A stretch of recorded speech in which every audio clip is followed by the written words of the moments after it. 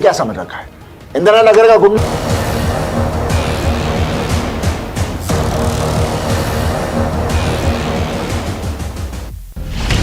अब तक प्रदेश में 165 मरीज हुए लामा।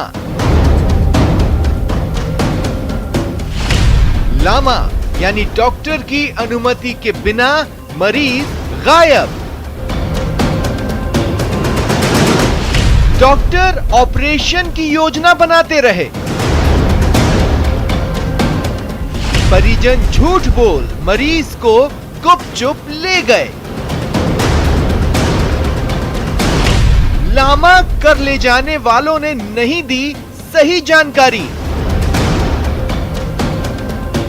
परिजनों ने फोन नंबर पता सही नहीं लिखाया।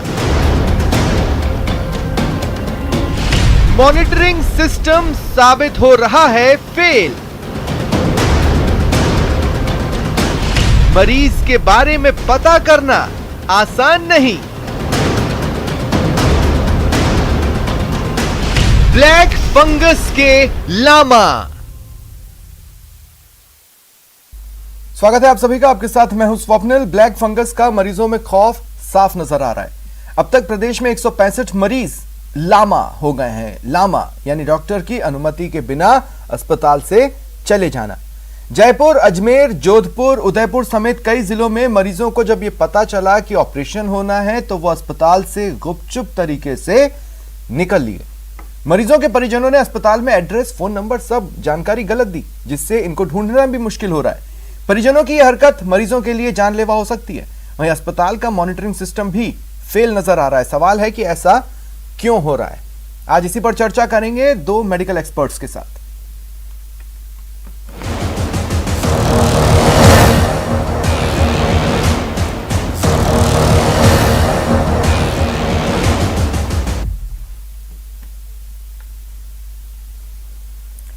और इस वक्त मेरे साथ ईएनटी स्पेशलिस्ट डॉक्टर स्वप्निल ब्रजपुरिया जुड़ रहे हैं और कुछ ही देर में डॉक्टर लोकेंद्र शर्मा भी हमारे साथ जुड़ेंगे। डॉक्टर स्वप्निल, स्वागत है आपका न्यूज 18 राजस्थान पर। बहुत बेसिक से डॉक्टर स्वप्निल शुरुआत करना चाहता हूं मैं।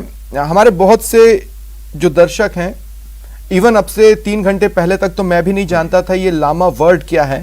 फिर थोड़ा सा स्टडी किया तो जानकारी मिली कि लीव अगेंस्ट मेडिकल एडवाइस, लेकिन साथ ही 2 टर्म और थे, डामा और डीओपीआर। हम लामा बोल रहे हैं उन मरीजों को, क्यों? बेसिकली जब हमारे पास मरीज आता है उपचार के लिए तो इन्वेस्टिगेशंस के बाद हम उनको बताते हैं कि किस तरीके से इलाज होगा, मेडिसिन से होगा या सर्जरी की साथ में जरूरत होगी।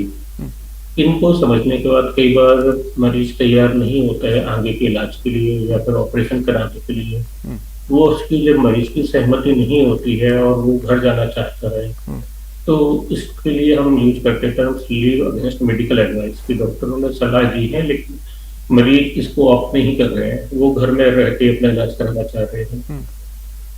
हाँ, मतलब इसका मतलब ये नहीं, जरूरी नहीं है कि वो पूरी तरह से गायब हो गए, हो सकता है वो घर में इलाज ले रहे हो, लेकिन वो ऑपरेशन से मना क्यों करते हैं? मतलब फाइनेंशियल प्रॉब्लम्स की वजह से या ऑपरेशन के कॉम्प्लिकेशंस की वजह से? हाँ, 2 वजह हो सकती है कि फाइनेंशियल प्रॉब्लम हो और कॉम्प्लिकेशंस की हो। लेकिन जहां तक ब्लैक फंगस का सवाल है, ब्लैक फंगस में हमें काफी चीजें निकालनी पड़ती है। जैसे कि मालूम है कि एक बार ये शरीर के अंदर चली जाती है, नाक के अंदर, आंख के अंदर है, जबड़े के अंदर है, तो किसी के जबड़े निकाल देना है, किसी की आंख निकाल देना, नाक के अंदर के सारा साइनसेस वगैरह को हमें निकाल देना। इससे कई बार मरीज डर जाते हैं कि आंख निकलने के बाद तो हमें दिखेगा ही नहीं। जनरली मरीज ये नहीं समझ रहा होता है कि कुछ दिनों बाद तो दिखना वैसे भी बंद हो सकता है। यहाँ पर जो हमारी सर्जरी का एम होता है वो ये होता है कि मरीज की जान बचा सके। तो थोड़ा सा है ये म्यूटिलेटिंग सर्जरी है कि जबड़ा या किसी की, ज्यादातर मरीजों में हम बचा पाते हैं आपको भी, जबड़े को भी। केवल साइनस की सर्जरी करके हम काफी कुछ मरीजों को हमने ठीक किया है। लेकिन हाँ, ये एक कारण है कि जिसकी वजह से मरीज कई बार डर जाते हैं। डॉक्टर स्वप्निल, आखिर ये मरीज सिस्टम को डॉज कैसे कर देते हैं?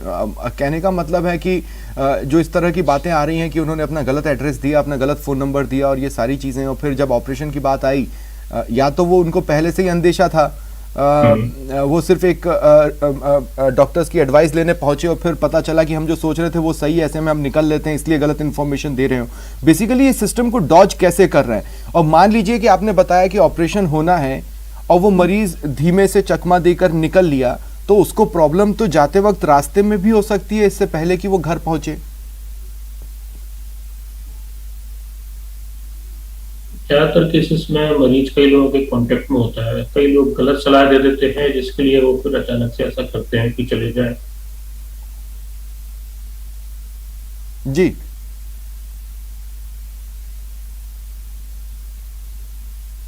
सुन पा रहे हैं आप मुझे डॉक्टर स्वप्निल? हाँ, आपकी आवाज आ रही है जी। तो डॉक्टर स्वप्निल, अब मैं देखिए, ये तो क्रक्स ऑफ द मैटर था, क्योंकि एक नई टर्मिनोलॉजी थी, इसके पीछे किस तरह की चीजें हैं उसको समझना जरूरी था और दर्शकों के बीच में पहुंचाना जरूरी था। अब मैं थोड़ा इस ओर आता हूं। जैसा कि आपने बताया कि सर्जरी का जो प्रोसेस है उसमें जो जो हो सकता है, आप लोग भी प्रोफेशनली ऑब्लिग्ड हैं मरीज को पूरी स्थिति यथास्थिति बताने के लिए कि भैया ये हो सकता है। हालांकि 99% केसेस में इतनी चीजें नहीं बिगड़ती हैं अगर अर्ली स्टेज पर ही ऑपरेशन हो जाए। ये सारी बातें आप मरीज के सामने रखते होंगे। अब डिपेंड ये करता है कि वो उसको रिसीव किस तरह से करेगा। क्या क्या बातें बतानी होती हैं और क्या क्या बताया जाता है मरीज को इस बीमारी को लेकर और साथ ही इसके ऑपरेशन को लेकर? जब हमारे पास मरीज आता है, कई बार तो मरीज को कुछ खास सिम्टम्स नहीं होते हैं, सिंपली नाक से डिस्चार्ज आ रहा होता है, लेकिन उनके मन में होता है कि हमें कोविड हुआ है, हमें शुगर की भी प्रॉब्लम है, तो हम दिखाने के लिए आते हैं। जब हमारे पास दिखाने के लिए आते हैं, हम देखते हैं क्लिनिकल एग्जामिनेशन में कुछ टेस्ट करते हैं, MRI वगैरह की जरूरत होती है। उसके बाद हम बताते हैं कि नहीं, ये ब्लैक फंगस है। ब्लैक फंगस है तो फिर इसका दोनों तरीके से इलाज है, मेडिकल भी है और सर्जिकल भी है। सर्जिकल में हमें बेसिकली जो डेड टिश्यू होता है बॉडी का, आपके अंदर या जबड़े के अंदर, उसको हटाना होता है। साथ में जो दवाइयां हैं, जो आपने मालूम है, एम्पोटेरिसिन है, फ्लुसाटोनाजोल है, ये कुछ महीने के लिए लगातार चलती है। तो ज्यादातर मरीज इससे ठीक हो जाते हैं। यही हम मरीज को समझाते हैं कि इससे डरने की जरूरत नहीं है, लगातार इलाज करने की जरूरत है, और जितने जल्दी हम डायग्नोज करके इलाज कर पाएंगे उतने जल्दी वो ठीक। मतलब खाली दवाइयों से भी ठीक हो सकता है, जरूरी नहीं हो कि ऑपरेशन की नौबत आए? हाँ, यदि हमने बहुत अर्ली डिटेक्ट कर लिया है, हमने देखा कि सिर्फ एक छोटे से एरिया में है जहाँ पे बोन का कोई इन्वॉल्वमेंट नहीं है, केवल सरफेस पे हमें दिख रहा है MRI में, तो ऐसे केसेस में मेडिकल मैनेजमेंट से ठीक हो जाते हैं। ठीक है, यानी समय रहते अगर पहुंच जाएं डॉक्टर्स के पास तो खाली दवाइयों से भी ठीक हुआ जा सकता है, ऑपरेशन की नौबत नहीं आएगी। ऐसे में देखिए, लगातार हमने प्रोग्राम्स के जरिए आप सभी को ये बताया है कि म्यूकर माइकोसिस, जिसे मीडिया ने या आम बोलचाल में हम लोगों ने ये नाम दे दिया है ब्लैक फंगस, क्या हो सकता है, किस तरह के सिम्टम्स को तुरंत सीरियस ले और जल्द से जल्द डॉक्टर के पास पहुंचे ताकि ऑपरेशन की नौबत ना आए। ऑपरेशन की नौबत भी आए तो न घबराएं। मेरे साथ अब डॉक्टर लोकेंद्र शर्मा, जो कि सीनियर प्रोफेसर हैं SMS अस्पताल के, वो भी जुड़ चुके हैं। डॉक्टर लोकेंद्र, स्वागत है आपका न्यूज़ 18 राजस्थान पर। डॉक्टर लोकेंद्र, मैं आपसे पूछना चाहता हूं कि म्यूकर माइकोसिस के केस में ऑपरेशन की जरूरत कब पड़ेगी?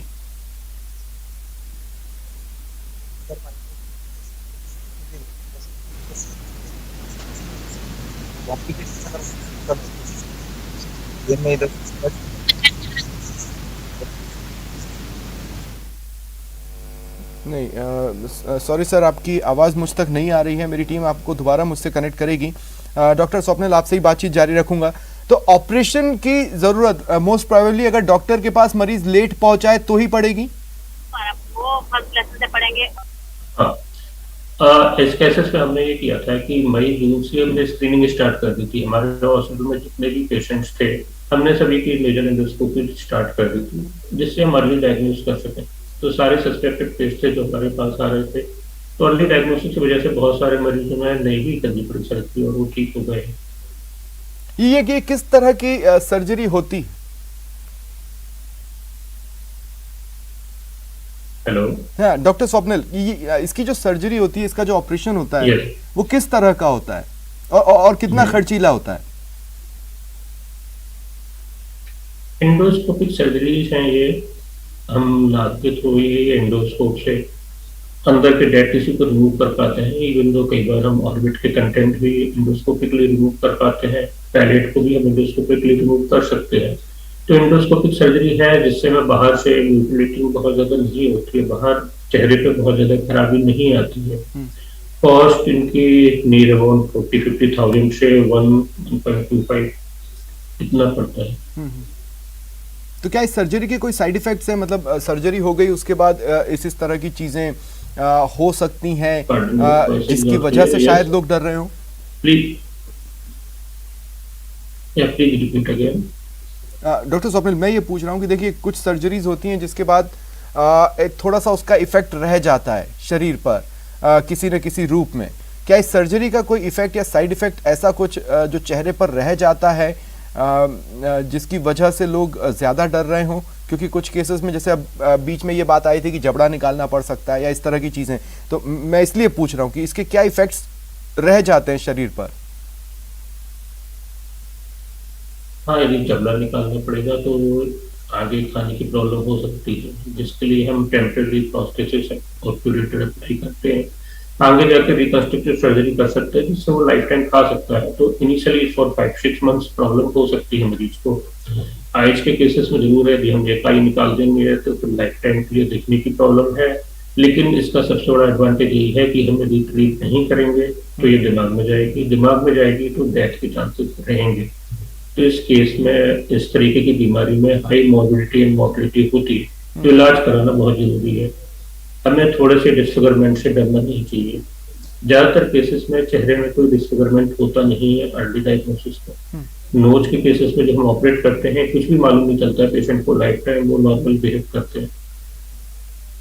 ठीक है डॉक्टर स्वप्निल, आप मेरे साथ रहें। मैं अपने दर्शकों को कुछ चीज़ें याद दिलाना चाहता हूं। लगातार इस प्रोग्राम की कड़ी में कुछ बातें जो हमने दर्शकों तक पहुंचाई थी, म्यूकरमाइकोसिस जिसे ब्लैक फंगस के नाम से आप जानते हैं, को लेकर 2017-2018 में एक किताब में हमारे ही देश के एक डॉक्टर ने इस बात की भविष्यवाणी कर दी थी कि बहुत जल्द एक ऐसा समय आएगा जब धड़ाधड़ केसेस आएंगे। और उसके पीछे उनकी स्टडी का आधार था कि चूंकि दुनिया में हमारी कंट्री एक डायबिटिक कैपिटल के रूप में अब देखी जा रही है, ऐसे में जिस किसी को भी डायबिटीज़ है उसे सीरियस रहने की ज़रूरत है और उसे कुछ सिम्टम्स को सीरियसली लेने की ज़रूरत है।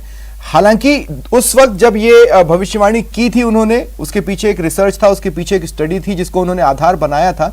लेकिन ये भी सच है कि उस वक्त दवाइयों को लेकर हम उतने तैयार नहीं थे। लेकिन आज जब साल 2021 में हम हैं, अगस्त का ये महीना चल रहा है, इस वक्त हम दवाइयों को लेकर भी प्रिपेयर्ड हैं। हमारी जो मेडिकल कम्युनिटी है वो इसके ऑपरेशन को लेकर वेल ट्रेंड है और मैक्सिमम केसेस में उनका सक्सेस रेट अच्छा रहा है। ऐसे में डरने की ज़रूरत नहीं है। आप अपने बचपन के दिनों को याद कीजिए जब आप छिपम छिपाई खेला करते थे और आपके बीच में से कोई एक लड़के को उसकी मम्मी ने आवाज़ दी कि बेटा होमवर्क है, और वो छिपे छिपे चला गया। उसके बाद जो लोग बच्चे अभी भी खेल रहे हैं, आप और हम जो खेल रहे होते थे, वो उसी को ढूंढते रह जाते थे। कुछ यही हाल मरीज अस्पतालों में डॉक्टर्स का, हॉस्पिटल मैनेजमेंट का कर दे रहे हैं। कुछ केसेस में तो म्यूचुअली बातचीत करके कि साहब मुझे ऑपरेशन नहीं चाहिए, मैं ऑपरेशन नहीं कराऊंगा, आप मुझे डिस्चार्ज कर दीजिए, और वो ये कहकर चला गया। ऐसे में अस्पताल भी क्या कर लेगा? अगर आपकी सहमति नहीं है तो ऑपरेशन कैसे किया जा सकता है? मरीज की सहमति बहुत जरूरी होती है। लेकिन कुछ केसेस में यह भी हुआ है कि आपने अस्पताल को डॉज कर दिया,